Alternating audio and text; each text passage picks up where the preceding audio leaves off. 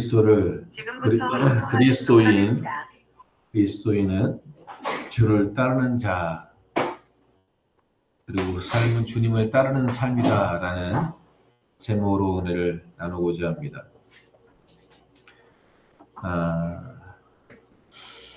제가 이 말씀을 준비하면서 또 이 시간 이 예배를 준비하면서 하나님이 저에게 강하게 주시는 마음이 있어요.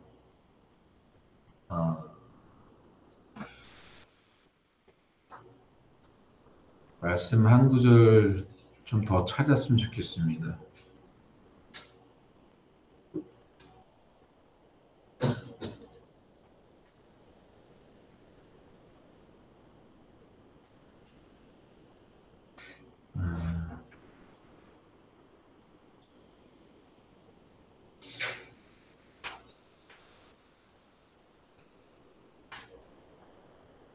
누가복음 18장 말씀 한번 같이 보실 때요. 제가 영상으로는 띄워드리도록 하겠습니다.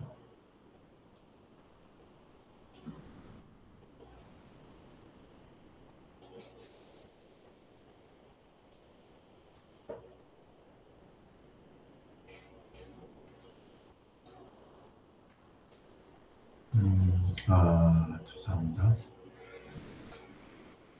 네.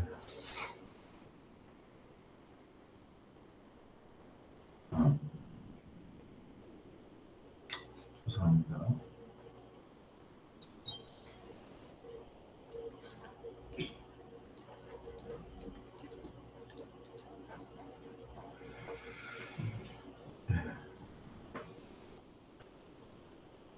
네. 누가복음 13장. 보겠습니다. 누가복음 13장.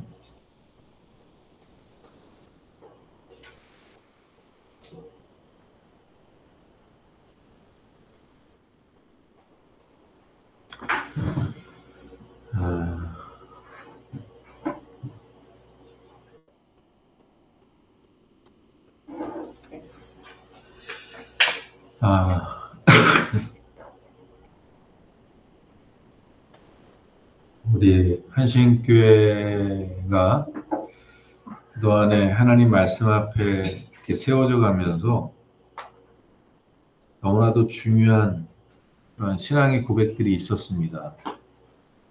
근데 오늘 하나님의 말씀, 오늘 설교를 통해서 정말 마음판에 새기고 살아가는 그런 말씀이, 그런 설교가 되어져야 한다는 생각을 제 자신부터 깊이 이렇게 감동이 있어요.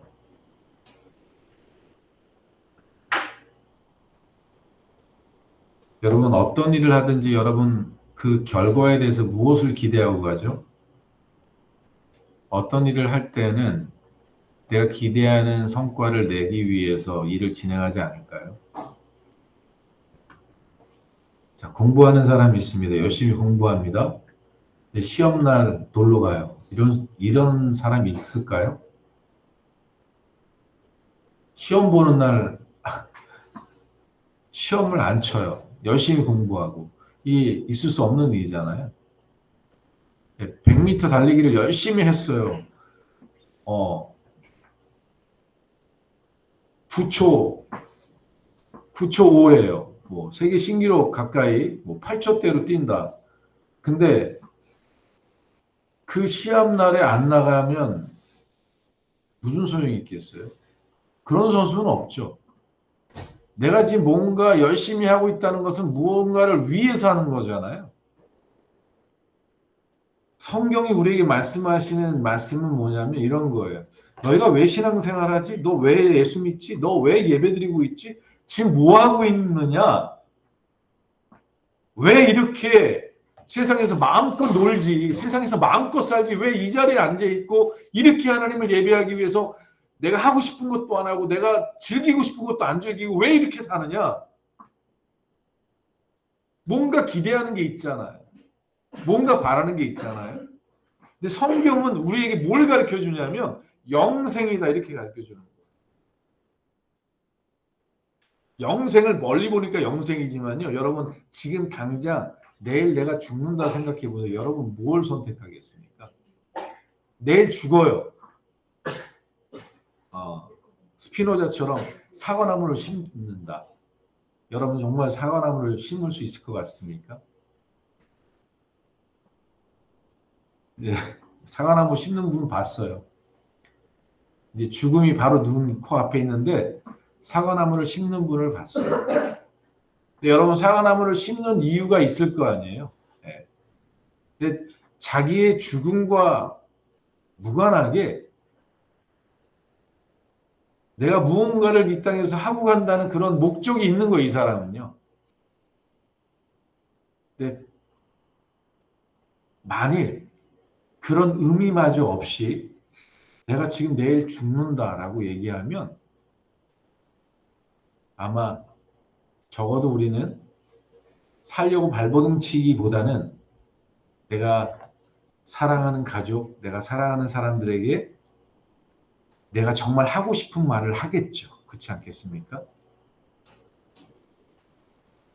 근데 성경은 우리에게 이것을 알려주는 거예요. 사람이 이 땅에 태어나서 어떻게 살고 무엇을 위해 살고 어딜 향해 가야 되는지를 알려주는 책인 거예요. 성경은요. 세상의 종교를 보세요. 세상의 종교는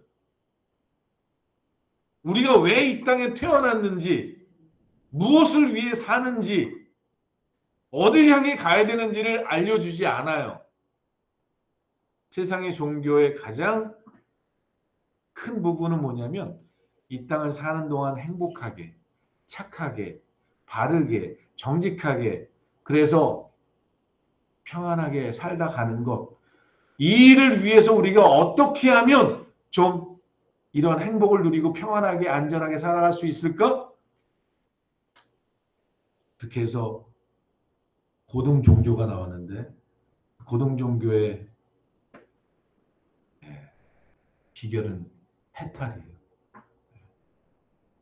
여러분 다른 종교들은요 좀 그 미신에 가깝고 샤머니즘에 가까운 종교들이 너무나 많아요. 비나이다, 비나이다. 내 자식 잘 되게 해주시고 내 복 받게 해주시고 건강 낫게 해주시고 이게 대부분의 신앙이라면 불교는 그나마 좀 고등 종교예요. 고차원적인 종교예요.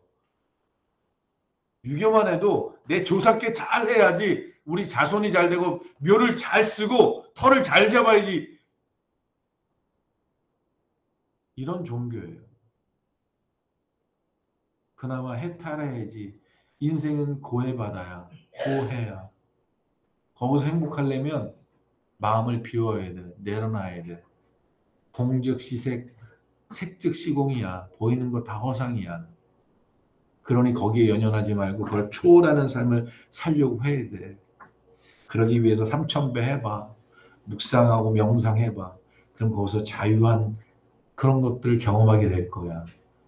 그래서 산속으로 들어가고 그래서 절간에 가서 3,000배, 5,000배 하는 거예요. 여러분 3,000배 하면 여러분 어떻게 될 것 같습니까?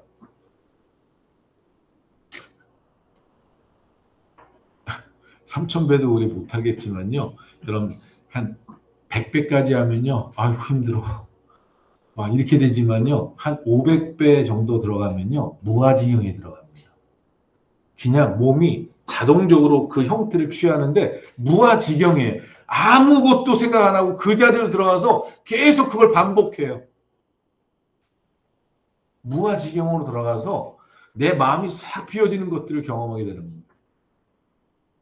좀 성숙된 사람은 벽 보거나 그 염주 돌리면서 그러면서 무아지경으로 들어가는 해탈의 자리에 들어가는 거예요. 이건 좀 성숙된 훈련된 사람이에요. 근데 그렇지 않은 사람은 이 힘이 다 빠져야 돼요. 막 온갖 잡생각들이 많은데 여러분 한 100배만 하면 잡생각 다 사라집니다. 그냥 온통 지금 이거 너무 힘든데 무릎 너무 아픈데 여기로 막 집중하다가 나중에는 그 단계를 넘어서 무아지경으로 들어가요. 그게 그나마 고등 종교라고 말하는 불교예요. 사람이 왜 태어났어요? 윤회에서 돌덩어리로 태어나기도 하고 꽃으로 태어났다가 다시 그 다음엔 뭐 벌레로 태어났다가 사람으로 태어나는 것. 여러분 극락사상은 대승불교에서 나온 겁니다. 그러니까 동국대학교 부속고등학교에서 배운 그 지식에 의하면 대승불교는요 다 이 포승을 하기 위해서 그래서 만들어진 것들이에요. 진짜는 선불교고 윤회사상이에요. 그냥 사람이 계속해서 윤회되어지는 이 업보의 인연의 삶이다 이렇게 이야기하죠. 여러분 세상 종교가 우리에게 알려줄 수 있는 건 거기에요.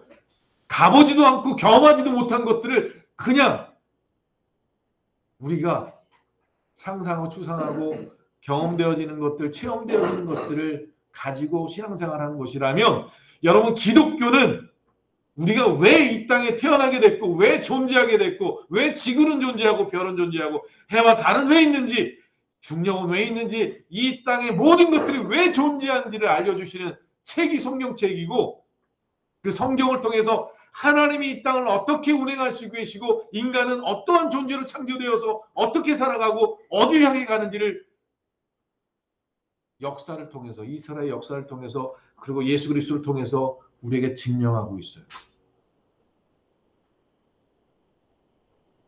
성경에서 이야기하는 우리 기독교인들이 붙잡고 살아가야 될 가장 중요한 핵심은요. 영생이라는 단어예요. 영생. 근데 영생을 여러분 그 불로쳐 먹고 장수하고 싶었던 진시황 이런 추상적인 불멸의 삶을 이야기하는 것이 아니에요. 여기에서 얘기하는 영원한 생명이라는 것은 천국을 의미하게 해요. 행복을 이야기, 영원한 즐거움, 영원한 기쁨, 영원한 소망 이런 모든 것들을 영생이라는 단어 안에 축약시킨 거예요. 이걸 메타포라고 해요. 그냥 그 하는 단어에 다 축약되어 있는 거예요. 영생, 천국, 하나님. 근데요. 성경이 이토록 영생에 대하여 이야기하는데도 불구하고 심지어 오늘날 교회가 영생에 대해서 너무나 관념적이에요. 여러분 영생 얻고 싶죠? 영생을 얻으려고 여기 나와 계시죠?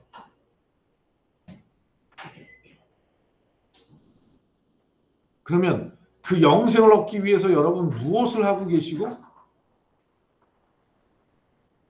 영생을 위한 삶에 필요한 것들이 무엇인지 여러분 고민하고 생각하십니까?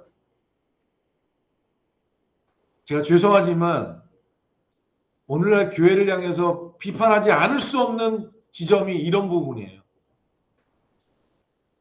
너무나도 영원한 생명에 대해서 전도하고 가르치고 구원받으라고 전도하는데 그렇게 영원한 생명을 믿고 구원받으라고 이야기하는 이 전도 후에 그 사람이 예수 믿고 교회 나오잖아요. 그러면 점점 시간이 가면 갈수록 영생과 분리되고 영생에서 멀어진 신앙생활하는 이런 성도를 만들어요. 이게 너무 놀라운 거예요. 아니 예수 믿을 때는 예수 믿고 구원받으세요. 영생 얻으셔야 돼요. 이렇게 전도해서 교회 데려다 놓고는 그 사람이 정작 신앙생활을 하면 할수록 영생과 멀어지는 신앙생활을 가르치고 있는 영생의 소중함을 상실해 가도록 만드는 일들이 교회 안에 너무나 많이 일어나는 거예요. 그렇게 영생 얻으려고 교회에 불러 초청하고 전도해놓고는 교회 안에서 어떤 사람 만들어요? 종교인 만들어요. 이 땅에서 잘 먹고 잘 살고 하나님 축복받았고 이 땅에서 형통하고 만사형통하고 기도하면 잘 되고 응답받는 이런 삶을 살아가도록 추구하고 이렇게 부추겨요. 아, 기도해야 돼요. 그러면 복받아요. 성경 많이 보세요. 그러면 하나님께서 은혜를 주셔서 평안해질 수 있어요. 예배 정말 열심히 드리세요. 헌신하세요. 11주 하세요. 그래야지 하나님 물질의 복을 주시고 건강의 복도 주세요.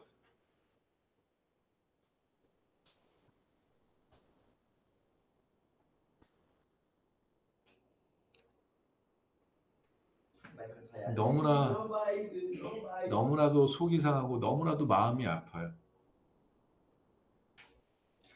오늘 누가복음, 제가 오늘 보여드린 누가복음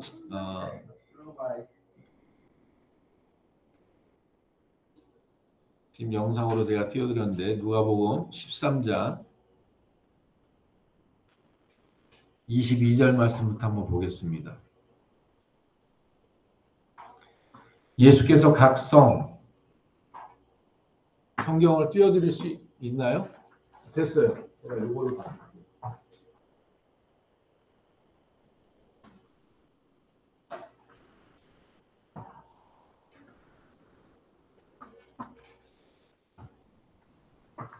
네, 좀 지워주시고. 예수께서 각 성, 각 마을로 다니사 가르치시며 예루살렘으로 여행하시더니 어떤 사람이 여짜오되 주여 구원을 받는 자가 적으니까 그들에게 이르시되 좁은 문으로 들어가기를 힘쓰라 내가 너희에게 이르노니 들어가기를 구하여도 못하는 자가 많으리라. 집주인이 일어나 문을 한 번 닫은 후에 너희가 밖에 서서 문을 두드리며 주여 열어 주소서 하면 그가 대답하여 이르되 나는 너희가 어디에서 온 자인지 알지 못하노라 하리니 그때 너희가 말하되 우리는 주 앞에서 먹고 마셨으며 주는 또한 우리의 길거리에서 가르치셨나이다 하나 그가 너희에게 말하여 이르되 나는 너희가 어디에서 왔는지 알지 못하노라. 행악하는 모든 자들아 나를 떠나가라 하리라. 너희가 아브라함과 이삭과 야곱과 모든 선지자는 하나님 나라에 있고 오직 너희는 밖에 쫓겨난 것을 볼 때 거기서 슬피 울며 이를 갈리라. 사랑하는 성도 여러분, 저는 목회자이고 그리고 하나님 말씀을 늘 묵상하면서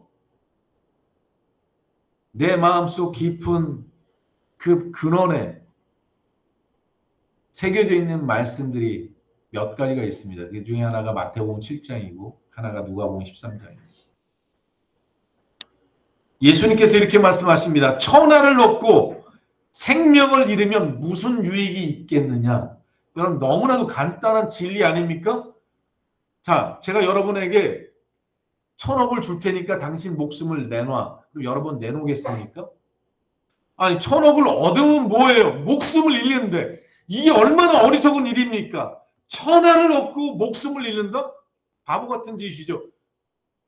아니 그냥 천억이 아니라 그냥 나는 그냥 조그만 삶의 행복도 난 좋아. 그냥 오래 살고 싶어. 이런 게 우리의 소망 아니겠습니까?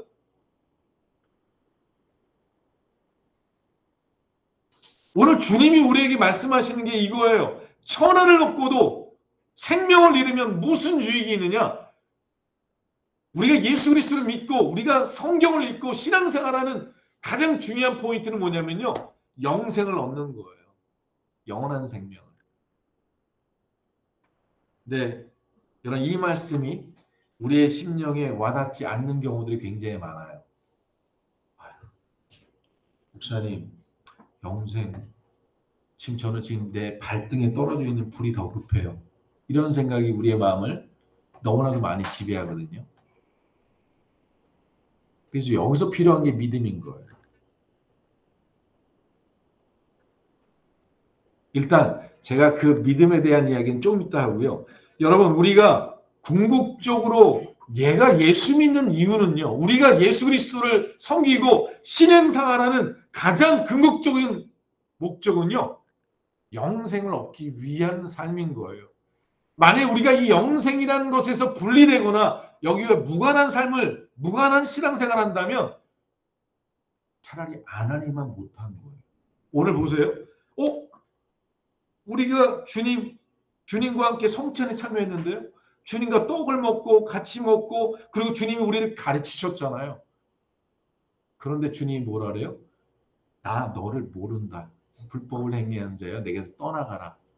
그리고 그 떠나간 그 사람 어떻게 해요? 슬피 울며 이를 간대요. 제가 그걸 이해할 것 같아요. 왜냐하면 이 일을 부득부득 가는 사람들 제가 몇몇 봤거든요. 이분들이 왜 일을 부득부득 가냐면 너무나 억울한 거예요. 내가 그때 이것만 안 했으면 내가 진짜 이렇게 인생이 쪼닥 안 되는데, 내가 이렇게만 안 했으면 내가 그때 내가 살 수 있었는데, 이를 부득부득 가는 거예요. 왜? 그때 그 순간에 누군가가 아니면 어떤 것이 나를 이렇게 망가지게 했다는 사실을 알게 될 때, 그것도 기회가 있었음에도 불구하고 그걸 놓쳤을 때 얼마나 억울하겠어요. 슬피 울며 이를 간대요. 이를. 우리 청년 중에 한 친구가 얼마나 이를 가라는지 밤마다 치과에 갔대요. 이가 다 상했대요. 이를 하도 갈아가지고. 사랑하는 성도 여러분,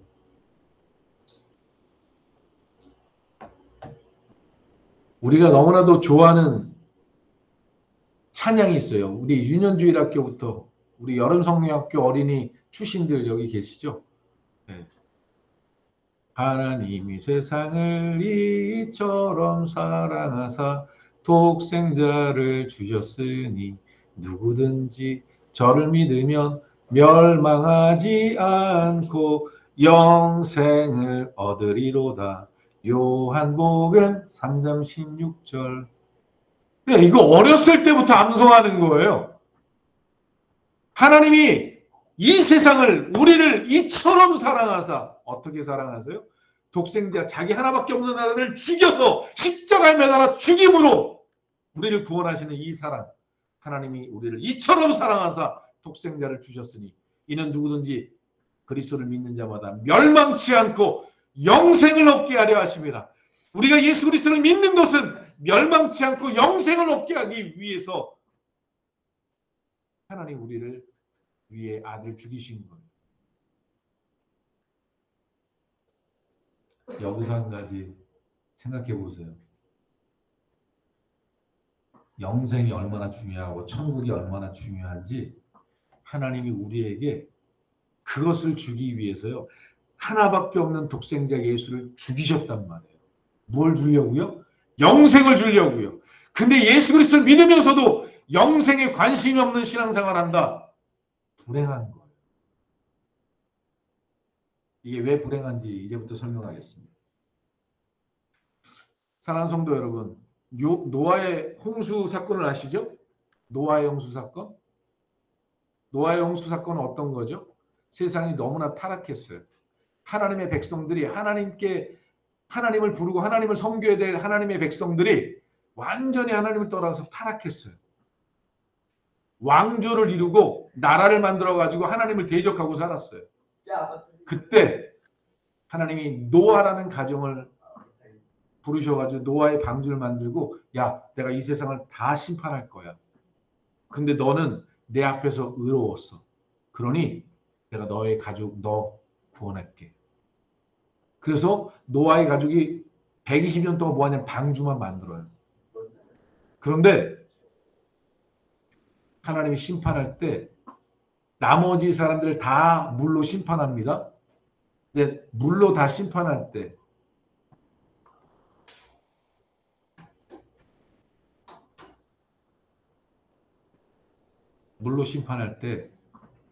나라의 왕, 그 나라 백성들, 부한 사람들, 돈 있는 사람들, 온갖 명예와 권력을 지배했던 지배자들, 모든 사람들은 다 물에 심판받아 죽었어요. 그런데 노아의 가족만 살았어요. 이게 뭘 의미하는지 아십니까? 신앙이란, 믿음이란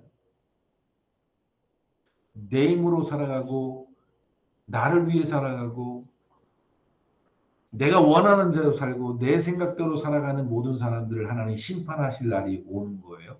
그런데 하나님의 말씀을 따르고 하나님 앞에 순종하고 믿음으로 살아가는 사람들을 하나님이 구원하신다는 얘기예요. 우리가 성경을 읽고 예수 그리스도 안에 믿음을 갖고 우리가 하나님의 말씀을 대한다면 여기서 우리는 알아야 돼요. 영생을 향해, 하나님의 구원을 향해, 하나님이 우리를 구원하시고 우리를 영원한 생명을 주실 하나님에 대한 소망이 있다면 하나님의 말씀대로 이 땅을 살아가는 거예요. 우리의 주어진 삶을 믿음으로 살아가는 거예요. 왜냐하면 그렇지 않은 사람들은 부와 권력과 모든 것을 가진 사람들은 언젠가 그것을 다 쓸어버리고 다 빼앗기고 멸망으로 가는 불행한 삶을 살아가는 거예요. 여러분, 이 땅의 모든 사람은 두 가지의 방향을 갖고 간다는 거예요. 하나는 복된 길, 하나는 저주의 길인데 우리가 구분을 잘 못해요. 왜 구분을 못하냐면요. 교회가 이것을 정확하게 구분해 주지 않아요. 교회가 이것을 정말 적나라하게 분별해 줘야 되는데 분별해 주지 않아요. 왜냐하면 이게 너무나 좋아 보이거든요. 이게 너무나 좋아 보여서 사람들이 나 예수 믿었는데 그럼 이 길로 가지. 이 길 너무나 좋아. 근데 여러분 아십시오. 이 길이 너무나 좋아서 가는데 그게 멸망의 길이에요. 이거 누구한테 얘기했냐면 세상 사람한테 얘기하는 게 아니라 예수 따르는 사람들한테 한 얘기예요. 예수를 믿고 예수를 따른다라고 이야기하는 그들이 넓은 길, 좋아 보이는 길을 쫓아갔다가 멸망하는 거예요. 근데 예수 그리스도의 복된 길, 진짜 축복의 길은 어떤 길이냐? 좁은 문이고 좁은 길이고 이 길을 가야지 되는데 죄송합니다. 예수 믿고 구원받습니다. 이거 진리입니다. 근데 예수 믿었다라고 얘기하는 이게 얼마나 거짓인 믿음인지 야고보 사도가 이렇게 말해요. 너의 믿음은 죽었다라고. 너의 믿음은 거짓이라고 이렇게 말합니다. 왜 그럴까요? 내가 정말 믿는다면 그 믿는 것에 대한 증거가 있어야 되잖아요. 그렇지 않겠어요? 자, 제가 우리 주희야 저기 배봉산 그러면 저기 모락산 그 꼭대기 올라가는 바위가 하나 있는데 그 오른쪽 밑을 파봐. 그럼 거기에 너를 위해서 내가 100만 원 집어넣어놨어. 찾았어. 여러분 믿었다면 어떻게 반응하죠? 당장 뛰어가야죠. 당장 뛰어가야지. 이게 믿는 거죠. 근데 안 뛰어가잖아요. 그게 무슨 믿음이에요?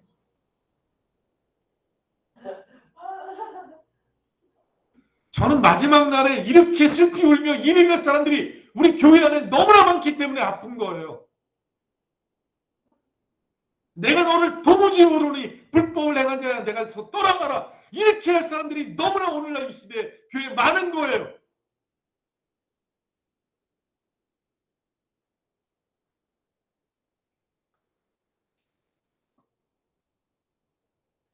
너무 마음이 아파요. 너무 속이 상하고 마음이 아파요. 주님은 이렇게 우리를 사랑하시고 이렇게 우리에게 축복하시고 복 주시길 원하시는데 어쩜 이렇게 우리는 그 하나님의 마음을 그 주님의 마음을 아프게 하고 살아가면서도 깨닫지 못하는지.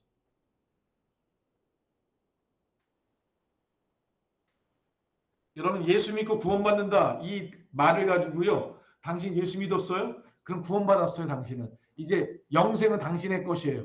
여러분 이런 거짓말을 하는 사람이 너무나도 많아요. 죄송하지만 이게 거짓이라고 이야기하는 건 이런 겁니다. 정말 예수를 믿는다면 정말 예수를 믿는다면 진짜 예수를 믿는다면 당신은 구원받았고 당신은 영생을 얻었어요. 이렇게 말하는 게 아니라 당신 예수님 영접했어요? 당신이 믿어요? 예수님이 하나님의 아들인 거 믿어요? 이렇게 얘기해서 나 믿어요. 나 예수님 영접했어요. 그러면 당신 구원받았어요. 당신 영생 있어요. 이렇게 가르치는 것이 오늘날 교회의 발목을 잡고 수많은 사람을 지옥으로 보내는 단초가 된 거예요. 여러분 나중에 이렇게 신앙생활 하다가요. 오늘 이 말이 그대로 이루어지는 순간이 올 수 있어요. 슬피 울며 이일간. 그때 김동환 목사가 얘기했던 대로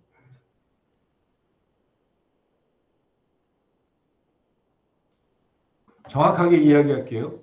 여러분, 내가 구원받고 영생을 얻는 것, 오늘 누가복음에 이렇게 말합니다. 23절에 여러분 다시 한번 보세요. 어떤 사람이 여짜오되 주여 구원을 받는 자가 적으니까 구원을 받는 자 그들에게 이르시되 예수님 말씀하시는 거예요. 그들에게 좁은 문으로 들어가기를 힘쓰라. 내가 너에게 이르노니 들어가기를 구하여도 못하는 자가 많으리라. 여러분 우리가 구원받는 것 예수 믿으면 돼. 예수님 이렇게 말하시지 않으셨어요.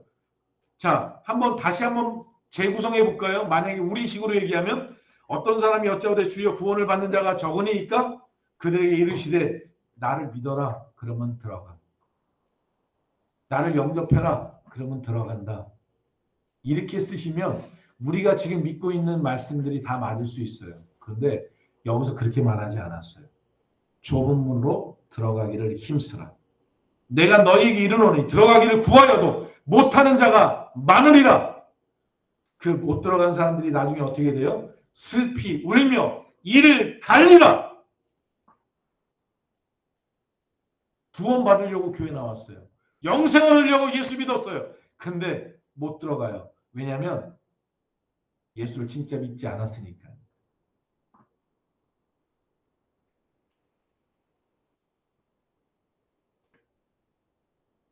다시 오늘 본문으로 들어가겠습니다.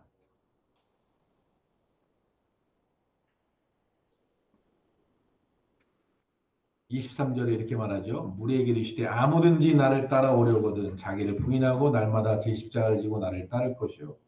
누구든지 제 목숨을 구원하고자 하면 잃을 것이요. 누구든지 나를 위하여 제 목숨을 잃으면 구원하리라. 만일 온 천하를 놓고도 자기를 잃으면 여기는 자기인데 다른 성경에는 생명이라고 되어 있습니다. 생명을 잃으면 빼앗기면 무슨 유익이 있으리요라고 되어 있습니다.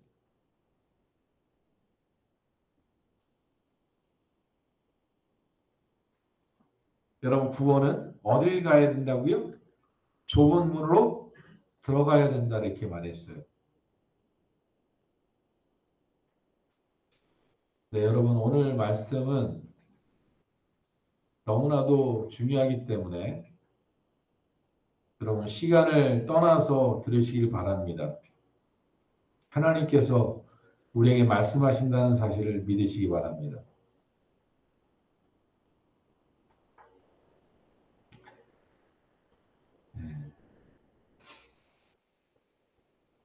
우리 마태복음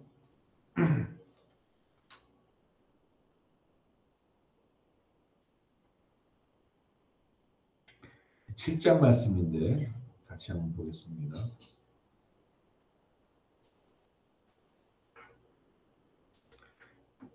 7장 좁은 문으로 들어가라. 멸망으로 13절입니다. 마태복음 7장 13절. 좁은 문으로 들어가라. 멸망으로 인도하는 문은 크고 그 길이 넓어 그리로 들어가는 자가 많고 생명으로 인도하는 문은 좁고 길이 협착하여 찾는 자가 적음이라. 자, 마태복음에서 좁은 문으로 들어가라 그랬죠? 누가복음 13장에 구원을 어떻게 하면 얻습니까? 물어보니까 주님이 좁은 문으로 들어가라 이렇게 말씀하셨어요. 그런데 들어가고자 하여도 들어가지 못하는 자가 많으니라 라고 되어 있어요. 여러분 들어가려고 애쓰는데 못 들어간 사람이 누굴까요? 그게 오늘 본문의 말씀입니다. 주님을 따라서 이 좁은 문으로 좁은 길로 가야 되는데요. 그 길을 따라오려거든 나를 따라오려거든 좁은 문 대신 예수 그리스도 좁은 길이 대신 예수 그리스도 길과 진리요 생명이 되신 그리스도를 따라 아버지께로 가는데 그 예수 그리스도를 따라가는 그 길에 주님을 따르려면 누구든지 나를 따라오려거든 너희가 정말 나를 따른다? 나를 따르려면 조건이 있어. 그게 뭐냐? 자기를 부인하고 날마다 제 십자가를 지고 나를 따를 것이니라 라고 되어 있는 거예요. 왜 그들이 좁은 문으로 들어가려는데 못 들어가는지 아시겠습니까? 어디 십자가 지고 가라는데 11조 내야지 구원받고 주의 성수해야지 구원받고 전도해야지 구원받고 어디에 이런 말이 써 있습니까?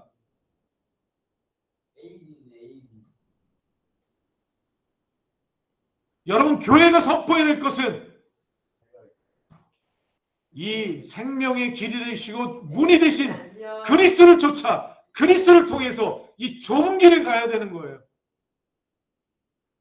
주님을 따라야지만 하나님 나라에 가는 거예요. 길과 진리요 생명이 되신 그리스도를 따르지 않고는 여러분 이 말씀도 한번 찾아보죠. 오늘 말씀을 너무나 많이 봐서 죄송한데요. 요한복음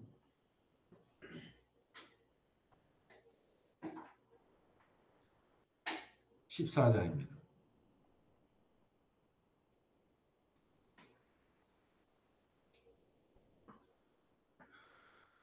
6절입니다. 예수께서 이르시되 내가 곧 길이요 진리요 생명이니 나로 남지 않고는 아버지께로 올 자가 없느니라. 아버지 어디 계시죠? 우리 하나님 아버지 어디 계시죠? 하늘에 계십니다. 천국에 있습니다. 근데 그 길로 아버지께로 가려면 누굴 따라가야 돼요? 예수로 만남지 않고는. 왜? 그분이 길이고 생명이고 진리이기 때문에 그분을 떠나지 않고는 아버지께로 갈 수가 없는 거예요. 근데 수많은 교회에서 수많은 목회자들이 수많은 성도들이 나 예수님 영접했는데 나 회개했는데 예수님이 하나님의 아들인 거 믿는데 천만의 말씀이요. 귀신도 예수 그리스도가 하나님의 아들인 걸 믿고 떠났다. 마귀도 귀신도 예수님이 하나님의 아들인 걸 믿어요. 그런 믿음이 구원합니까?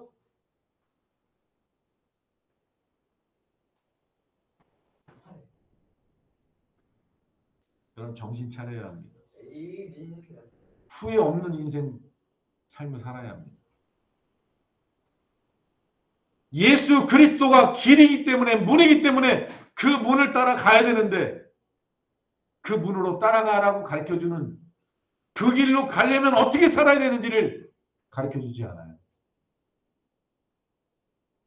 여러분 제가 이렇게 얘기하면 이렇게 얘기하는 분 계실 거예요. 그 교회도 그런 얘기 하시던데요. 주님을 따르려면 자기를 부인하고 자기 십자가를 따르라고 지고 따르라고 그런 설교 하시던데요. 그 교회에서 목사님이 맞아요. 해요. 근데 문제가 뭔지 아십니까? 그 말씀만 하는 게 아니에요. 그 말씀을 다 희석해버릴 만큼 다른 온갖 인본주의적이고 인간적인 설교를 다 해가지고 이 본질을 다 희석시켜버리는 거예요.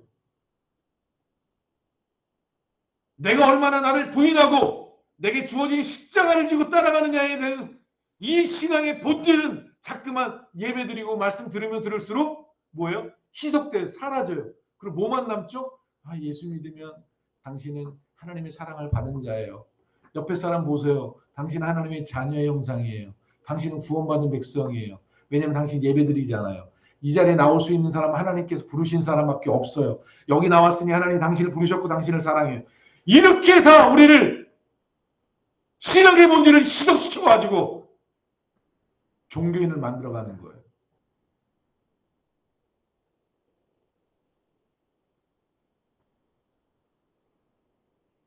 사랑하는 성도 여러분, 아닙니다. 속지 마세요. 여러분 누군가가 이런 이야기를 했다고 여러분 속지 마세요. 죄송하지만 신천지가 이 말을 안 할 것 같습니까? 신천지에서는 이 말씀을 안 전할 것 같습니까? 전해요. 근데 문제가 뭐죠? 이것만 전하는 게 아니라 이걸 싹 전하고 쫙 가갖고는 이만희를 믿어야 돼. 이렇게 흘러가는 거예요. 이단이란 말이에요. 오늘날 교회가 예수 그리스도를 믿고 따라야 된다. 자기를 부인해야 된다. 십자가를 지고 쫓아가야 된다라고 말한 말씀과 함께 온갖 다른 성경의 66권에 있는 말씀을 잔뜩 희석시켜가지고 다른 데로 끌어가는 거예요. 제가 쉬운 말로 표현할게요. 여러분. 잊혀지지 않도록 얘기할게요. 자, 여기 루이비통 오리지널 가방이 있어요. 그러면 여러분 이 가방 딱 보고 이거 오리지널에 이렇게 생각하시죠. 근데 제가 짝퉁을 10개를 집어넣어놨어요. 그리고 흔들었어요. 그리고 여러분 오리지널 어디 있죠? 아마 찾기 어려울걸요? 그래도 10개니까 찾을 수 있겠죠? 10개는. 근데 내가 10,000개를 갖다 놨다고 생각해보세요. 그 안에서 10,000개 중에 오리지널 찾아보세요. 그러면 찾을 수 있을 것 같아요? 전문가도 못 찾을 거예요. 아니 그러면 10만 개 갖다 놓으면 어떻게 될까요? 못 찾아요. 그때부터는 어떤 게 신앙생활 하는지 알아요? 아유 이거 찾는 게 더 복잡해. 그냥 아무거나 들고 나가 이거 오리지널이라고 얘기해도 돼. 아무도 몰라. 이렇게 가짜 신앙생활 하는 거예요. 성경에 있는 66권이라는 수많은 말씀, 이것도 하나님 말씀이잖아요. 이것도 하나님 말씀. 다 이걸 뭉뚱그려갖고 이 본질에다 덮어놓으면 이 본질이 사라지는 거예요. 생각 맞지 않습니까? 좀 다른 예를 들어볼까요? 여기 아주 진해 커피를 놨다 생각해요. 아주 오리지널, 아주 커피예요. 근데 거기다 막 물을 잔뜩 타버리고 다른 커피도 섞어보세요. 어떻게 될까요? 오리지널 커피 망가지는 거예요.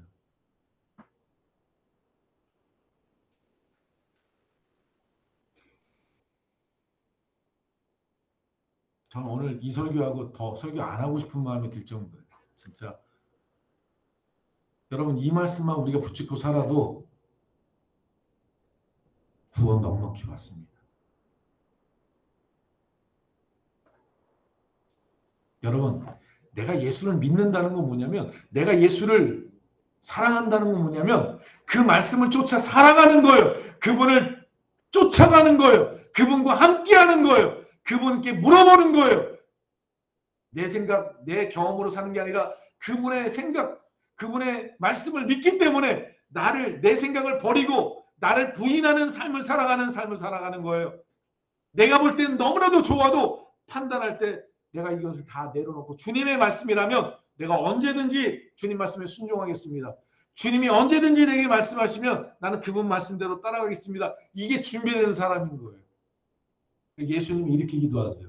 아버지 이 잔이 지나가게 해주세요. 이 잔이 지나가게 해주세요. 나 이거 해주세요. 저거 해주세요. 예수님이 그렇게 기도하는데 마지막에 기도 마무리는 이렇게 하세요. 그러나 나의 원대로 마옵시고 아버지의 뜻대로 행하시옵소서. 여러분 우리의 삶의 중심이 이런 거예요. 내 뜻대로 마옵시고 아버지의 뜻대로 사는 게 복인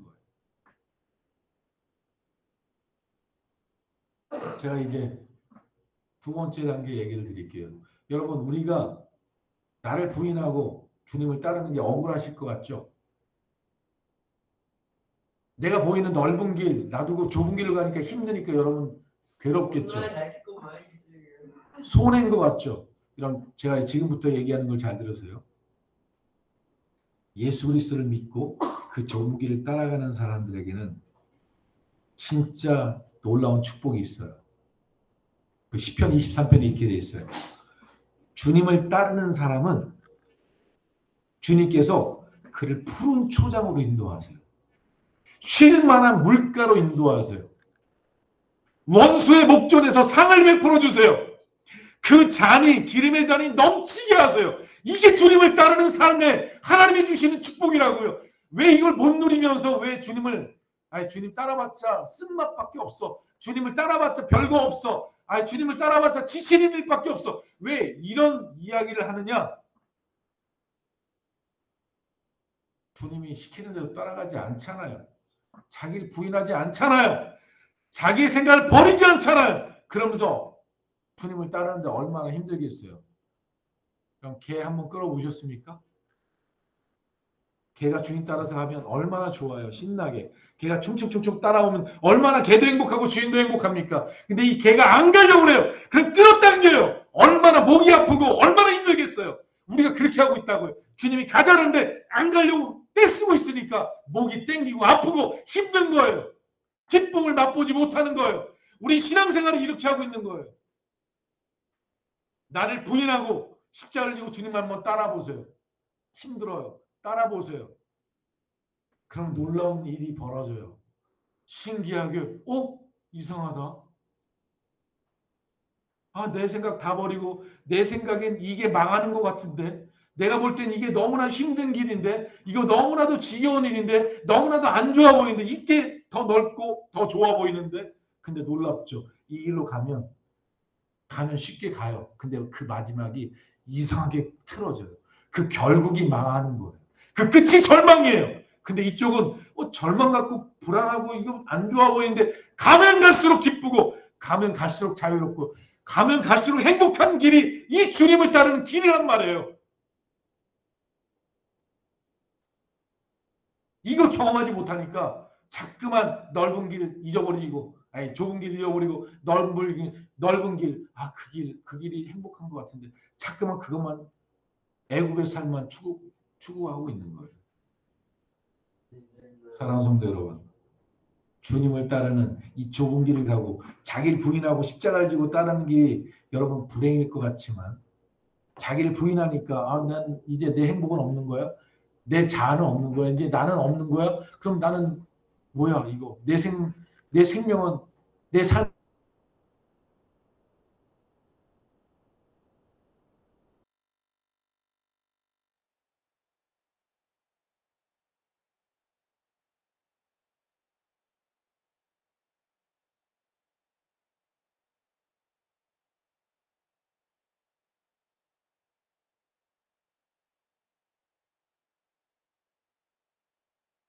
겠습니다. 그러면 그 주인이 그 종을 귀를 여기다 대고 정을 쪄서 구멍을 내요. 영원히 너는 내 가족이야 이런 거예요. 근데 왜 그렇게 하는지 아십니까? 종이 정말 이 종이 나를 자녀처럼 나를 너무나도 사랑해주고 나를 너무나도 인격적으로 대해주고 나를 너무나도 종처럼 막 부리고 이런 게 아니라 너무나 나의 주인이 나를 사랑해주니까 난 이분의 종이 돼서 하는 게 더 행복한 거예요. 여러분 우리가 예수 그리스도를 따르는 것은요 종처럼 따라가는 게 아니에요. 우리가 주님을 나의 주인으로 나는 당신의 종입니다 라고 말을 하지만 주님이 나를 한 번도 종으로 대하지 않으신다는 사실이에요. 주님은 우리를 자녀로 삼으세요. 심지어 우리를 친구라고 부르세요. 너는 나의 친구야. 이렇게 부르세요. 여러분 이게 주님을 따르는 자의 행복인 거예요. 교회가 이걸 가르쳐줘야지. 목회자가 이걸 가르쳐줘야지. 이걸 배워야지. 도대체 뭘 배우고.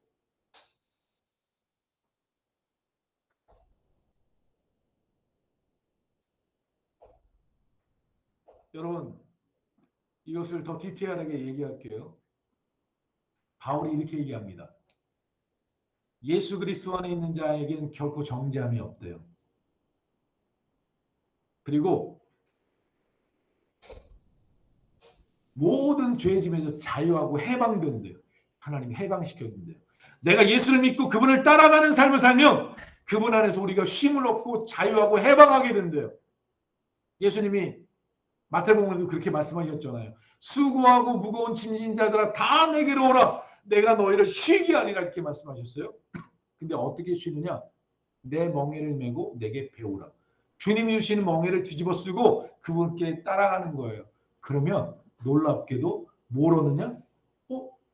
내가 주님의 멍에를 맸는데 그럼 나 무거울 거 아니야? 아니에요. 쉼을 얻는데요. 주님이 우리에게 주신 멍에를 메고 주님을 따르는데 우리는 쉼을 얻는데요. 이게 주님 안에 있는 축복이에요. 바울이 이렇게 얘기합니다. 다윗에 대해서 말하면서 일한 것이 없는데 싹쓸이 받는 기쁨, 죄를 죄로 인정받지 않는 삶의 행복, 이게 다윗이고 이게 예수 그리스도 안에 있는 사람의 축복이에요. 이게 무슨 얘기냐면 내가 예수 그리스도를 믿고 그분을 따라가는 여정이 있잖아요. 내가 그분을 쫓아가잖아요. 그러면 그분을 쫓아가면서 내가 하는 실수, 내가 그분을 쫓아가면서 내가 잘못해서 지은 죄, 내가 쫓아가면서 별로 한 일도 없는데 하나님은 나에게 싹을 주고 너 죄 괜찮아. 내가 용서해 줄게. 너 그 허물 내가 다 덮어줄게. 이렇게 하신다는 거예요. 언제 그걸 하시냐? 주님을 따르는 자들에게 축복해 주시는 거예요.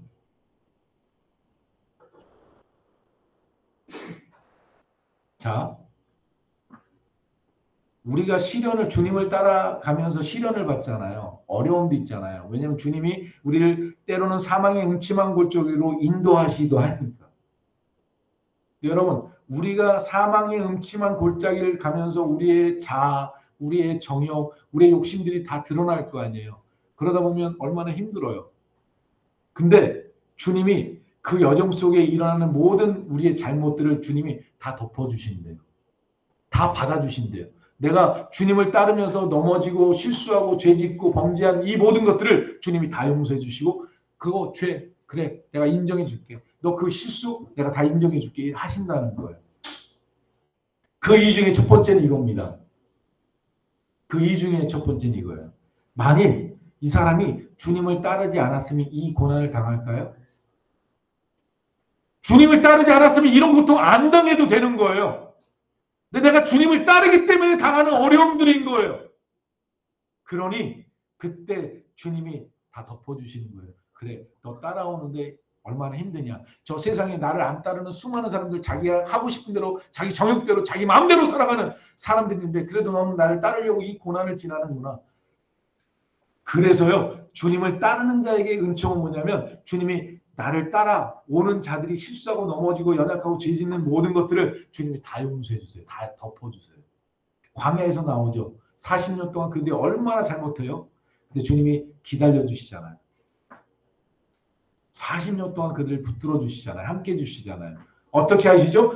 불기둥과 구름기둥으로 만나와 메추라기로 반석의 생수로 하나님 그들을 먹이시며 가잖아요. 그들이 그렇게 허물이 많은데도 불구하고. 그럼 여기서 이렇게 생각하는 사람 있죠. 그런데 거기서 멸망받은 사람들도 있잖아요. 있어요. 제가 요거는 따로 얘기 드리려고 했는데 시간이 없어서 얘기 드립니다. 주님을 따라가다가 저주받아 죽는 사람들이 있어요. 이 사람들은 예외적인 사람들인데 어떤 사람이냐면요. 주님을 따르는 흉내는 내요. 주님을 따르는 척은 해요. 근데 주님을 왜 따르냐? 잘 먹고 잘 살려고 따르는 사람들. 예수 믿고 복 받고 문제 해결하고 형통하게 살려고 주님을 쫓아가던 사람들은 다 저주받아 죽어요. 그게 고라와 또 그 안에 있었던 주님을 따른다고 하면서 간음을 행하고 시험하고 그랬던 사람들 다 멸망받았어요. 그 대표적인 사람들 중에 성경에 이야기하는 족보를 이야기해 볼까요? 첫 번째 주님을 따르다가 저주받은 사람 가인. 그 첫 번째 대명사예요. 하나님께 예배도 드리고 제사도 드렸는데 결국 자기 동생 쳐 죽이고 멸망의 길로 갑니다. 왜? 하나님을 섬긴 게 아니에요. 하나님께 예배한 게 아니에요. 하나님을 따라가는 게 아니에요. 뇌물 바친 거였어. 하나님 내가 이렇게 쫓아가니까 주님 내가 이렇게 따르니까 나 형통 주세요. 나 복 주세요. 이렇게 쫓아가는 사람. 주님을 따르지만 자기 정욕대로 주님을 따르는 사람들. 이 사람들 분명히 그 길 끝에까지 못 갑니다. 중간에 땅 갈라서 죽어요. 이 사람들. 제대로 배워야 돼요. 신앙생활을 제대로 알아야 돼요. 그래서 뭐가 필요한 거예요? 주님을 따를 때 첫 번째가 자기를 부인하는 거예요. 내 정욕, 내 욕심, 내 꿈, 내 희망, 내 생각들을 다 버려야지만 진짜 주님을 따를 수 있는 삶을 걸어갈 수 있는 거예요. 내 꿈, 내 소망, 내 만족, 내 유익, 내 이익, 내 쾌락, 내 정욕을 갖고 주님을 쫓아가면 쫓아갈수록 부딪히게 될 거예요. 힘들 거예요. 못 쫓아가요. 이런 사람들을 시편 1편에 이렇게 말합니다. 악인은 의인의 회중이 못 든다. 왜? 심판을 견디지 못해요. 하나님은 훈련하는 훈련을 견디지 못해요. 하나님 막 흔들어 제끼면 못 견뎌요. 좀 믿는 척하다가 좀 따라가는 척하다가 결국 원망 불평하고 떠납니다. 사랑하는 성도 여러분, 여기서 우리가 깨달아 알아야 돼요. 내가 그런 삶을 살아가는 건 아닌가? 내가 잘못 믿고 있네? 내가 주님을 따르고 있다고 얘기하면서 따르지도 않고 따른다고 하지만 내가 정욕대로 따르고 내 자아를 부인하지 않네. 여러분 내가 주님을 따르면서도 축복을 누리지 못하는 이유, 주님을 따르면서도 하나님의 그 은혜, 그 안식을 누리지 못하는 이유는 말로는 주님을 따르지만 자기를 부인하지 않아요. 자기를 내려놓지 않아요. 여전히 신앙생활하면서 자기 정욕대로 신앙생활해요. 그 사람은 결코 무엇을 얻을까 생각지 말라고 얘기하고 있어요. 부정한 자요, 안식에 들어가지 못할 자요. 여러분, 이제 마지막으로 이것만 이야기할게요. 자, 나를 부인하기 시작했어요. 주님, 내가 이제 깨달았어요.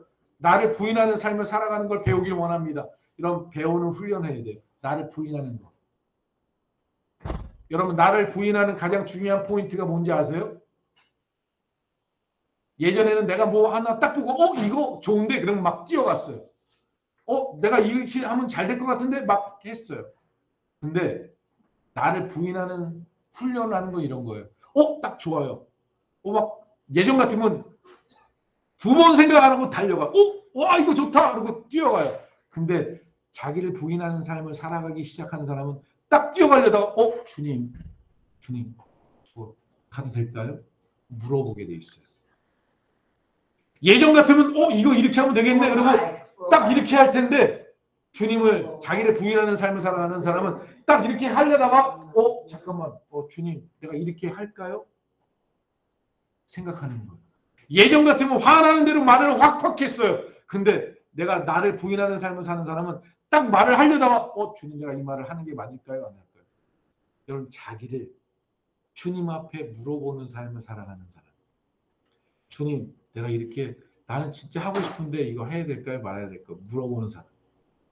주님께 묻고 기도하고 의지하고 살아가는 사람. 이게 자기를 부인하는 사람이에요.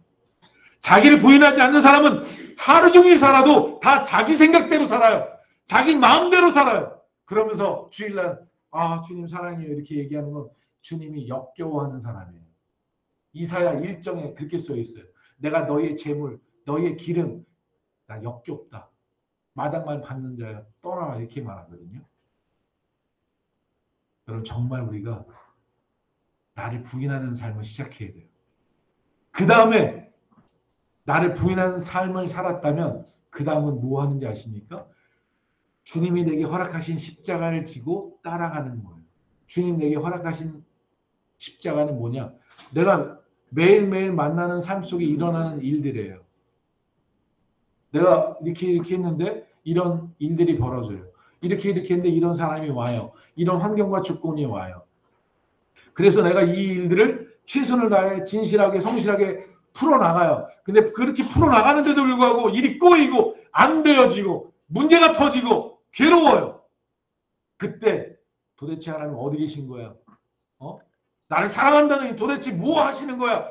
이렇게 하나님께 대들고 따지는 것은 하나님을 따르는 자, 주님을 따르는 자가 할 일이 아닌 거예요. 그때 주님 도대체 이 일이 왜 일어났는지 주님 어떻게 해야 되겠습니까? 주님 무엇이 답입니까? 그리고 주님의 때를 기다리고 의지하고 기도하고 인내하고 견디는 삶을 그러면서 그것을 걸어나가는 거예요. 이게 십자가를 지고 따라가는 삶인 거예요. 여러분 이렇게 훈련해 보세요. 하나님이 구원하시는 구원을 맛보게 됩니다. 하나님이 베풀어 주시는 지혜를 받게 돼요. 하나님이 도우시는 은혜를 맛보게 돼요. 제가 간증을 좀 할게요. 제가 우리 예수교 대한 성결교단 총회 본부의 다문화 선교 위원이에요. 다문화 선교 위원. 근데 교회 일로 바빠서 참석을 못하고 여러 가지 일로 못했는데요. 늘 그분들이 저를 향해서 기대해요. 왜 기대하냐면 김동환 목사 와서 이걸 잘 해줄 수 있을 것 같은데 좀 와서 해달라고. 근데 제가 여력이 안 되고 못해요. 근데 그 모든 순간순간마다 왜 그렇게 그들이 기대하고 그렇게 의지하고 도움을 청하느냐면 하나님께서 주신 지혜, 하나님이 주신 은혜가 있기 때문에 그래요. 제가 갔더니 처음 만난 목사님이에요. 처음 만난 목사님인데 목사님이 김동환 목사님 맞죠? 네, 저 맞습니다. 아니 신성도 목사님이 목사님 얘기를 그렇게 많이 하는데 아, 세미나 죽겠어요. 아, 왜 이렇게 목사님 자랑하는 거예요, 도대체?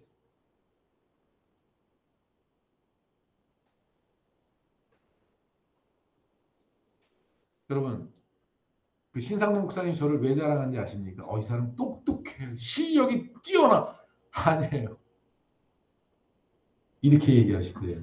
김동환 목사는 마음으로 사는 사람이야.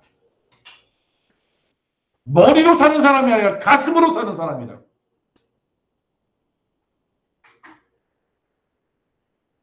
사랑하는 성도 여러분. 여러분, 하나님의 마음으로 사랑하는 사람은요. 하나님이 사랑받게 하세요. 도움받게 하세요. 신상도 목사님은 얼마 전에도 저한테 김 목사 우리 교회 맡아주면 안 돼? 우리 교회 김 목사가 맡는다면 내가 그 교회 줄게. 그 교회 맡아서 해. 자기는 다문화 사역도 바쁘대. 이 교회 맡아서 해줘. 몇 년째 저한테 말씀하신지 아십니까? 거의 17년째 말씀하세요.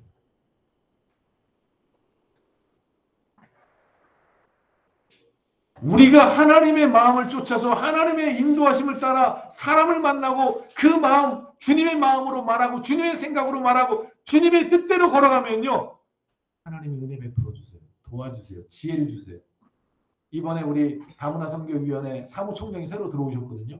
라옹 목사님이라고. 우리 교단에 굉장히 뛰어나신 목사님이고 그 미래를 바라보는 시각이 열려있는 목사님이고 그리고 저희 대학원 때 교수이기도 하셨어요.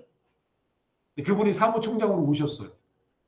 그분이 여기 안양에 있는 한 교회에 방문하니까 나한테 예배 끝나고 놀러 오라는 거예요. 놀러 갔어요. 그 목사님은 저를 몰라요. 그냥 그날 알게 된 거예요. 회의 때 안 거예요. 갔어요. 갔더니 무슨 프로그램을 막 하는데 사람 손에 손을 잡고 뭐 이걸 푸는 뭐 문제를 푸는 거였어요. 근데 내가 가기 전에 이분들이 그걸 하는데 이걸 못 푸는 거예요. 문제를. 한번 예배 끝나고 한번 해볼까요? 우리도?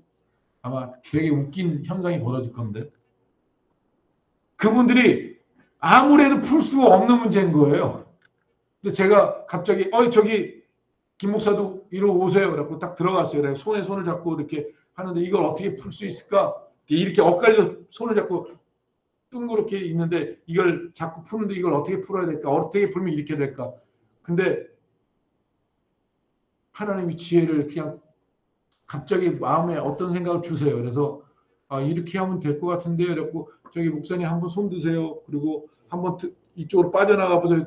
쭉 빠져갖고 돌았거든요. 그랬더니 문제가 해결됐어요. 저도 진짜 놀랐어요. 그랬더니 그 목사님들은 거기 있던 분들이 다 목사님들이거든요. 우와, 천재가 왔다고. 이거 목사님 안 왔으면 우리 이거 1시간 넘게 이거 하고 있었을 텐데 우와, 목사님 와서 이거 몇 분 만에 풀었다고. 그랬더니 그 진행하시던 목사님이 그래, 이거는 기초예요. 자, 이번엔 좀 복잡한 거로 들어갑니다. 자꾸 복잡한데 지금은 내 옆에 있는 사람 손을 잡았잖아요. 이번에는 앞에 있는 이 사람들이 다 자리로 이동했어요. 그리고 이동한 그 사람의 손을 잡는 거예요. 그 손이 다 이렇게 엇갈려 있어요. 이 상황에서 풀어내라는 거예요. 이거는 진짜 손이 안 보여요. 내 잡은 손이 안 보여요. 상대방이 안 보여요. 근데 그걸 푸는데요. 그것도 하나님이 지혜를 주셔가지고 그것도 한 2, 3분 만에 풀었어요. 난리가 났어요. 박디나 기초에서 천재라는데 이제는 어려운 이 문제를 풀었으니 천재 중에 천재 왔다고. 그래갖고 이분들이 그 목사님께 그래요. 목사님, 이 김동환 목사님 이거 테스트를 해주세요. 이 사람 성향이 뭐로 나오는지 테스트 해보세요. 테스트 했는데 제가 T인가 I인가 나왔는데 거 보세요. 이분 T잖아요. 이렇게 얘기를 하는 거예요. 왜? 아주 적극적인데 아주 치밀하다는 거예요. 그런 성향으로 제가 나왔어요. 인성. 여러분, 저는 그런 존재가 아니에요. 전 누구보다 제 자신을 잘 알잖아요. 제가 공부를 얼마나 안 했는지 아십니까? 공부를 너무 못해서 어머니가 밤낮 너는 네 형만 좀 따라가라, 좀 발꿈치만 따라가라, 이렇게 꾸중 듣고 야단맞은 사람이었어요. 그런데 언제부터 하나님의 은혜가 지혜가 임하느냐면 내가 예수님 만난 다음부터 하나님의 지혜를 얻은 다음, 하나님의 은혜와 능력을 받은 다음부터 하나님이 지혜를 주기 시작하셨어요. 그러니 여러분, 제가 무슨 생각을 하고 말을 할 때 어떻게 하겠어요? 물어보게 돼요. 주님, 뭐라고 설교해야 돼요? 뭐라고 말해야 돼요? 여기서 내가 어떻게 행동해야 돼요? 어떻게, 늘 이렇게 물어봐요. 늘 주님께 물어봐요. 제가 이번 금요일날 포럼 가서 패널로, 토론, 패널로 제가 갔다고 주보에 실어놨잖아요. 그 패널로 제가 나갔습니다. 제가 그 전날부터 계속 기도했어요. 하나님, 제가 가서 무슨 질문을 해야 되고, 토론을 어떻게 인도해야 되고, 뭐라고 말해야 됩니까? 네, 여러분, 제가 그 자리에 가서요, 제가 토론 자리로 들어가기 바로 직전까지 한 30분 전에 하나님이 말씀을 주시기 시작했어요. 그 문제의 핵심을 보게 하셨어요. 저는 몰랐지만 이게 문제인 것 같다는 사실을 알았어요. 아, 이게 우리의 시각의 차이구나라는 사실을 알았어요. 그래서 제가 패널로 제 시간이 왔어요. 제 순서가 왔어요. 그래서 제가 이렇게 얘기했어요. 선생님들, 그리고 또 포럼의 주최 발췌하신 분들, 네, 너무나 잘 들었습니다. 감사합니다. 그런데 지금 우리가 지금 이 문제를 어떻게 풀 것이냐에 대한 이야기를 이렇게 논하고 있는데 저는 이거 무의미하다고 생각합니다. 이게 의미가 없다고 생각합니다. 다들 깜짝 놀랐어요. 지금 우리가 하는 얘기가 무의미하다고? 왜 이렇게 얘기하지? 무례하다? 그러면서 이렇게 얘기했어요. 지금 우리가 이걸 풀려고 하는 이 모든 것들은 우리의 안경이 잘못되어 있다는 사실을 인정하지 않기 때문입니다. 우리의 시각이 잘못되어 있다는 사실을 인정하지 않기 때문에 그렇습니다. 우리가 이 문제를 보고 이걸 어떻게 해결할지를 우리가 이걸 똑같은 시각으로 바라보면 안 됩니다.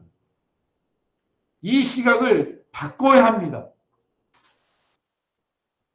기계적이고 조직적이고 체계적이고 시스템적인 시각을 갖고 보지 말고 어떤 시각으로 봐야 되냐? 유기적 생명적 관계로 시각을 바꿔 끼셔야 합니다. 이 사회를 조직적으로 보고 시스템적으로 보면 이 사람 실력 없네? 내보내. 이 사람 실력 있네? 집어넣어. 이 사람 게으르네? 빼. 이 사람 부지런하네? 집어넣어. 이게 기계화 조직화된 사회예요. 이러면 실력 없으면 도태되고 능력 없으면 빠지는 거예요. 그럼 어떻게 되죠? 경쟁 사회로 가요. 사회는 점점 어두워져 가는 거예요. 그런데 여러분, 조직적 생명적 관계로 가면 어떻게 되죠? 생명적 관계, 유기적 관계로 가면 사는 거예요. 자, 내 몸이 그냥 기계라고 생각해 보세요. 그러면 여기에 문제가 있어요. 그럼 어떻게 하죠? 이거 잘라요. 그리고 다른 거 끼면 돼. 여기가 또 잘못됐어요. 이거 잘라내. 다른 거 붙여요. 이런 건 조직적 관계예요. 시스템적이에요. 근데 유기적 관계는 어떻게 되죠? 이 귀가 아파요. 그럼 어떻게 하죠? 잘라요? 아니죠. 귀를 싸 안고 병원으로 뛰어가서 이 귀가 왜 아픈지 의사한테 보여주고 이 귀 치료될 수 있도록 약을 바르고 약을 먹고 치료하잖아요. 이 손이 다치면 잘라내나요? 아니잖아요. 이 손이 아프면 어떻게 해요? 병원에 가서 치료하고 회복시켜주잖아요. 자, 오른손이 탁구를 잘 못 쳐요. 그러면 탁구 못 치니까 탁구 잘 치는 사람 팔 갖다 끼나요? 아니잖아요. 이거 어떻게 하죠? 훈련시키잖아요. 이게 유기적 관계. 세상이 유기적 관계가 안 되니까 경쟁 사회로 가고 여러분 몸은 사랑의 관계예요. 서로 사랑하기 때문에 다치면 끌어안는 거예요. 근데 세상은 뭐죠? 사랑의 관계가 아니라 조직적 관계예요. 그래서 누가 실력 없거나 잘하지 못하거나 누가 병들면 잘라버려요. 이런 시각에서 계속 뭘 바라보면 안 된다는 얘기를 제가 했어요. 이 시각을 바꿔야 됩니다. 우리가 사회를 바라보는 시각이 유기적 관계의 시각으로, 적어도 우리 교회는, 적어도 크리스찬들은 이렇게 봐야 합니다. 그 좌장이 있어요. 토론회라는 좌장이 있는데, 좌장이 다른 말을 하면 안 되는데, 이 토론에서 너무나 중요한 포인트를 발견했다는 거예요. 지금 우리는 다 시스템적인 안경을 끼고, 조직적인 안경을 끼고 모든 것을 이렇게 보면서 이걸 어떻게 고치지 하고 있었는데, 김동환 목사님이 이것을 생명적 관계로 보라고, 유기적 관계로 보면 이것을 뜯어 고치는 게 아니라 이걸 어떻게 하면 고쳐주고 어떻게 하면 품어줄 수 있을까. 마지막 제 정의는 선한 사마리아로 귀결했습니다. 선한 사마리아이 되는 것. 바리새인도 지나가고 제사장도 지나가고 레위인도 지나가지만 선한 사마리아는 그 아픈 사람을 끌어안고 고쳐주고 치료해주고 돌봐주잖아요. 이게 오늘 우리에게 필요한 거예요. 여러분, 우리가 정말 예수 그리스도를 믿는다면, 정말 우리가 하나님을 사랑한다면 우리는 영생을 향해 나아가야 합니다. 길이요 진리요 생명 되신 주님을 쫓아 이 좁은 길을 걸어가는, 나를 부인하고 십자가를 지고 주님을 따르는 삶으로 나아가는 삶을 매일매일마다 점검하고 걸어가는 삶을 살아갑니다. 주님이 말씀하셨죠? 날마다 나를 따르라 이렇게 말합니다. 날마다 자기를 부인해야 합니다. 이제 말씀 맺겠습니다. 제 설교 예배 역사상 가장 긴 예배가 됐습니다. 죄송합니다. 그러나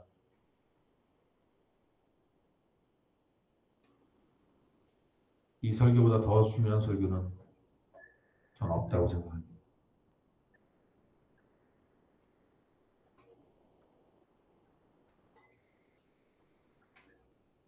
이 말씀으로 말씀 맺겠습니다. 예수님께서 천국은 마치 이와 같으니 라고 설명하셨습니다. 천국은 마치 이와 같으니 밭에 감추인 보화를 발견한 사람과 같다 이렇게 말했습니다. 여러분, 밭에 보화가 감춰져 있었어요. 네, 일꾼이 농사꾼이 와서 이렇게 농사를 짓다가 깽깽 소리가 났어요. 깽깽 이게 무슨 소리지? 땅을 파았어요. 그랬더니 그 안에 뭐가 있어요? 보화가 있었어요. 주님이 이렇게 말합니다. 천국은 마치 이와 같으니 밭에 감추인 보화를 발견한 사람 같다. 그래서 이 사람이 어떻게 행동하죠? 주님이 이렇게 말해요. 그 사람이 가서 그 밭에 감추인 보화를 덮어두고 가서 자기 전 재산을 팔아서 그 밭을 샀다라고 기록되어 있어요. 여러분, 영생을 발견하고 천국을 발견한 사람은 어떻게 인생을 산다고요? 자기 전 세상을, 전 생애를 바쳐서 이 천국 밭을 사는 삶을 살아가는 게, 이게 진짜 밭을 발견한, 보물을 발견한 사람, 이게 천국을 발견한 사람이라는 거예요. 여러분, 우리 사랑하는 안식교회는 이런 생명적 관계, 정말 천국을 발견하고 영생을 발견해서 좁은 길을 걸어가고 자기를 부인하고 십자가를 지고 주님을 따르는 일을 그 어떤 것보다 소중히 여기고, 이 땅을 살아가는 삶의 가장 중요한 것은 권력을 갖고 부를 누리는 것이 아니라 내가 예수 그리스도를 따르는 삶이야말로 가장 우리에게 복된 삶이라는 사실을 마음에 새길 주의 이름으로 축원합니다. 기도하겠습니다. 주신 하나님, 정말 우리의 삶을 다시 한번 돌아보게 도와주옵소서. 마지막 날에 슬피 울며 이를 가는 삶의 길을 걸어가고 있는지, 나는 예수 그리스도를 따라 좁은 문으로 들어가서 좁은 길을 따라 나를 부인하고 주어진 삶의 십자가를 지고 주님께 물어보며 주님을 기다리며 주님의 인도하심을 따라 살아가는 삶을 살아가고 있는지 돌아보게 도와주옵소서. 우리 사랑하는 안식교회 성도들은 한 사람도 이런 삶에서 떠나는 자 없게 하시고 나오자 없도록 주의 성령께서 붙들어 주옵소서. 감사드리고 예수님 이름으로 기도드렸습니다. 아멘. 시간이 많이 지났으므로 우리 헌금 기도하고 축도로 예배를 마치도록 하겠습니다.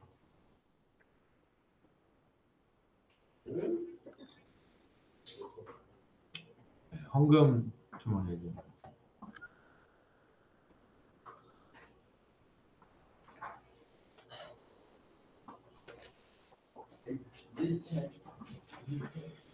네, 우리 감사원문 드셨고요. 네, 감사원문 드셨습니다. 감사원문 드셨습니다. 감사원문 11조엠을 드셨고요. 감사원문 드셨습니다. 감사원문 11조엠을 드셨습니다. 기도하겠습니다. 좋으신 하나님, 이 시간 주님 앞에 11조엠을 감사임을 드렸습니다. 주님, 믿음으로 드려진 손길들을 복되게 해 주옵소서. 믿음의 곳간이 차고 넘치고 감사의 제목이 나날이 넘쳐나는 삶으로 주님 축복하시고 정말 하나님의 그 은혜를 찬양하는 믿음에 부유한 삶이 되게 하옵소서. 이 예물이 쓰이는 곳마다 하나님의 복음과 나라가 100배, 60배, 30배 확장되어지도록 기름 부어 주옵소서. 또한 이 시간 여러 모양으로 주님께 헌신하고 주님 섬긴 지체들이 있습니다. 주님, 저들의 수고와 노고에 주님 함께 해주시고 영혼이 잘되고 범사가 잘되는 강건한 은혜로 함께 하옵소서. 지금은 우리 주 예수 그리스도의 은혜와 하나님 아버지의 만극하신 사랑과 성령님의 감화 감동인도 부어하시는 은총이 나를 부인하고 주님이 주시는 십자가를 지고 주님을 따르는 좁은 문 좁은 길의 삶을 소망하며 걷기를 다짐하는 우리 성도들 머니 위해 이제로부터 영원토록 함께 하실 지어다. 아멘. 아멘.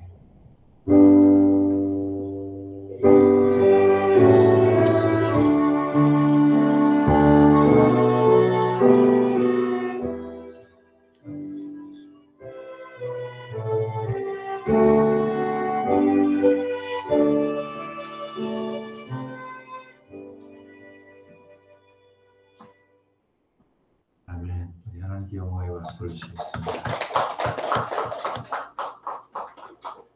네, 우리 같이 인사하도록 하겠습니다.